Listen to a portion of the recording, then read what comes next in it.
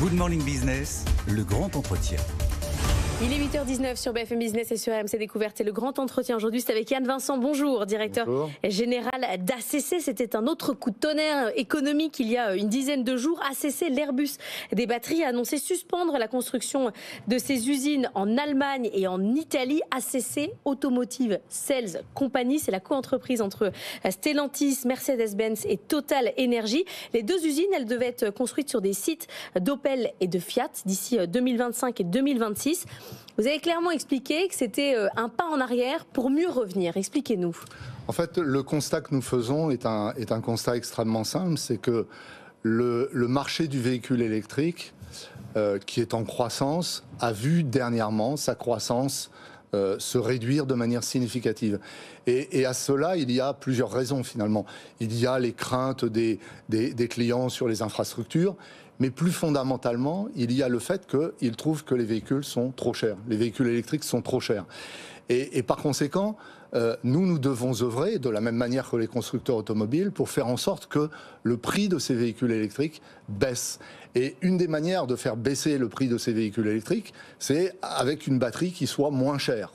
Une batterie moins chère, c'est une chimie qui est différente, c'est un dessin de la batterie qui est différent. Et c'est donc ce à quoi nous nous attachons depuis quelques mois, qui va prendre un peu de temps, et qui va se traduire derrière par l'investissement en Allemagne, l'investissement en Italie. Donc c'est prendre du temps pour étudier très sérieusement cette solution moins chère pour les clients, qui contribuera à ce que, enfin, le véhicule électrique recommence à croître de manière significative. Et on arrivera justement, grâce à ça, à avoir des véhicules en dessous de 20 000 euros pour répondre à la demande actuelle ? En tout cas, c'est ce que les constructeurs automobiles visent. Et donc, nous, notre contribution à cet objectif de passer sous les 20 000 euros, c'est de faire en sorte que la batterie qui représente 40% du coût du véhicule soit effectivement sensiblement moins chère qu'aujourd'hui. Alors, ça va se traduire assez certainement par une autonomie qui va être un peu réduite, mais finalement, est-ce que cette autonomie, on en a besoin tous les jours ? Non, la majorité des cas d'usage montrent qu'on a besoin d'une autonomie qui soit limitée. Donc, nous œuvrons pour effectivement permettre aux constructeurs automobiles de passer sous les 20 000 euros. Luca De Meo, dans la tribune du dimanche ce week-end, parlait de l'importance de ce secteur automobile en Europe, mal considéré, mal évalué par les politiques publiques. Et il critiquait le fait que l'Europe ne mette pas assez de moyens pour le développement des infrastructures. Est-ce que vous êtes dans le même sens ? Sans super batterie, en gros, on n'arrive pas à pousser le véhicule électrique. En fait, ce que l'on peut constater donc, dans les réticences des consommateurs, c'est effectivement des interrogations sur les bornes de recharge. Est-ce que je vais pouvoir refaire le plein électrique de ma voiture ? Et puis le deuxième élément, c'est effectivement le coût du véhicule. Un point qui est très frappant, c'est que dans tous les pays où il n'y a pas d'incitation publique à l'achat de véhicules électriques, eh bien, ça marche très mal. Ça marche très mal. L'exemple caricatural étant celui de l'Allemagne qui, en décembre, a brutalement arrêté toute subvention. Le marché immédiatement a plongé. Donc on voit bien que... C'est-à-dire que vos développements sont profondément liés aux politiques publiques de subvention. Alors, nous avons notre propre part. Parce que le constat, c'est le véhicule électrique, il est trop cher. Et donc, pour qu'il soit moins cher, il y a des incitations à l'achat, parce que, je pense que c'est un point important à rappeler, le véhicule électrique est la solution qui permet d'avoir une mobilité individuelle propre. Donc c'est une solution qu'il faut pousser. Mais pour qu'il soit moins cher, il y a effectivement des aides à l'achat, il y a notre contribution à nous d'industriels, et puis la contribution des industriels de l'automobile. Alors il y a toute la question de la concurrence chinoise, il y a la concurrence technologique, et puis il y a ces véhicules qui arrivent sur le marché. L'Union européenne a annoncé ce matin qu'elle allait imposer des droits de douane supplémentaires de 25% sur les véhicules électriques chinois. Est-ce que c'est ça qu'il faut faire pour protéger l'industrie? Est-ce que là on va dans le bon sens pour vous? Je suis un peu sceptique sur les droits de douane, parce que l'effet mécanique va être de construire une bulle autour de l'Europe, à l'intérieur de laquelle il y a un risque d'inflation. Nous savons que effectivement, nous avons dans le domaine des batteries des concurrents chinois. Les constructeurs automobiles savent qu'ils ont des concurrents chinois. nous ne devons pas refuser cette compétition. Cette compétition, nous devons l'affronter, nous devons... Ça fausse la concurrence, c'est ça que vous dites? Ça peut fausser la concurrence. Et du coup, ne pas pousser l'ensemble de l'industrie à essayer de faire mieux. Absolument, absolument. Nous sommes convaincus que cette compétition, nous ne pouvons pas y échapper. Et finalement, elle est bonne pour le consommateur. Le consommateur, il veut un véhicule électrique qui soit moins cher. Et donc, nous devons nous muscler, nous devons nouer des partenariats avec des gens qui nous permettent d'accélérer. Finalement, si ACC a été créé, notamment avec à son capital Saft, c'est parce que, ce faisant, nous bénéficions de la compétence d'un industriel de la batterie. Alors qui, certes, n'est pas sur les segments de l'automobile, mais qui a une compétence produit forte, quoi.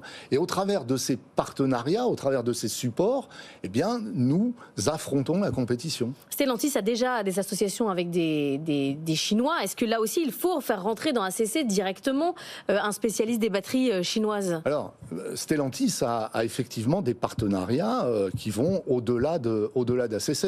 Et je dirais que ce n'est pas surprenant. Le point important, c'est que Stellantis nous soutient très fortement.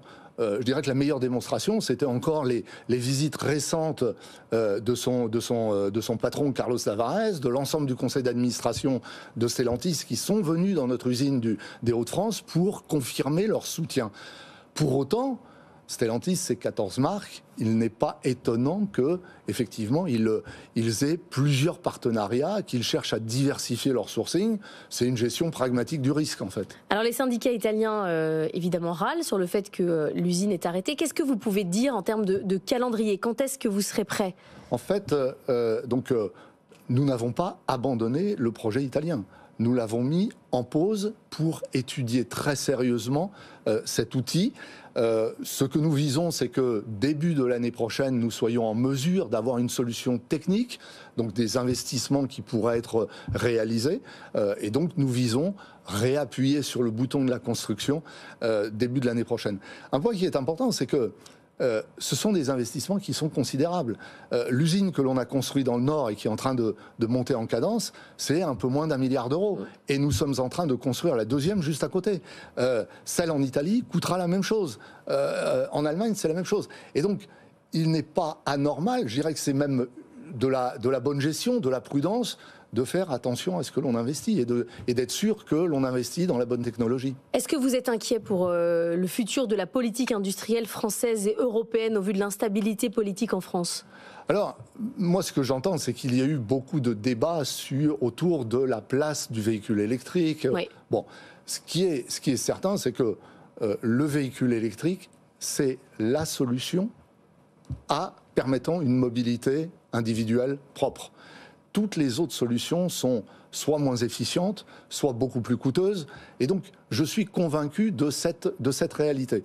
Je n'ai pas de doute sur le fait que notre projet, qui est un projet qui contribue à la souveraineté de l'Europe, qui contribue à la réindustrialisation, qui contribue à créer des emplois, on est aujourd'hui plus de 1600, on est parti de zéro, quoi, sera un projet qui continuera à être soutenu. Sauf qu'il vous faut une politique industrielle pro-voiture électrique. Or, le Rassemblement national défend la voiture thermique. Hein. Non, mais d'abord, je suis un industriel, je suis pas un politique, oui, mais donc je vais pas avoir un avis sur les élections. Vous dépendez de subventions publiques, on vient d'en parler. Non, mais ce que je pense, c'est que autour de notre projet, il y a matière à faire consensus. Notre projet, encore une fois, il contribue à la réindustrialisation ou à l'industrialisation dans les Hauts-de-France. Enfin, si le moteur thermique plonge, nous apportons une solution à cette plongée. Donc, c'est un projet qui contribue à la réindustrialisation, c'est un projet qui contribue à la souveraineté de l'Europe, c'est un projet qui crée de l'emploi. Et donc, je fonde l'espoir que cela porte consensus. Ensuite, les autorités publiques décideront des mesures incitatives pour permettre cette transition énergétique. Donc, plus ou moins, et effectivement, ça sera plus ou moins contributif à notre projet. Pas d'inquiétude sur les capitaux, sur les arrivées de capitaux tellement nécessaires au développement industriel? Alors, nous avons une des caractéristiques d'ACC, c'est que nous sommes à la fois une start-up, mais nous sommes aussi un grand groupe, ou en tout cas nous sommes soutenus par des grands groupes. Je dirais heureusement que nous avons cela. Mercedes, Stellantis et Total Energy notamment. Merci beaucoup d'avoir été avec nous. Yann Vincent, directeur général d'ACC.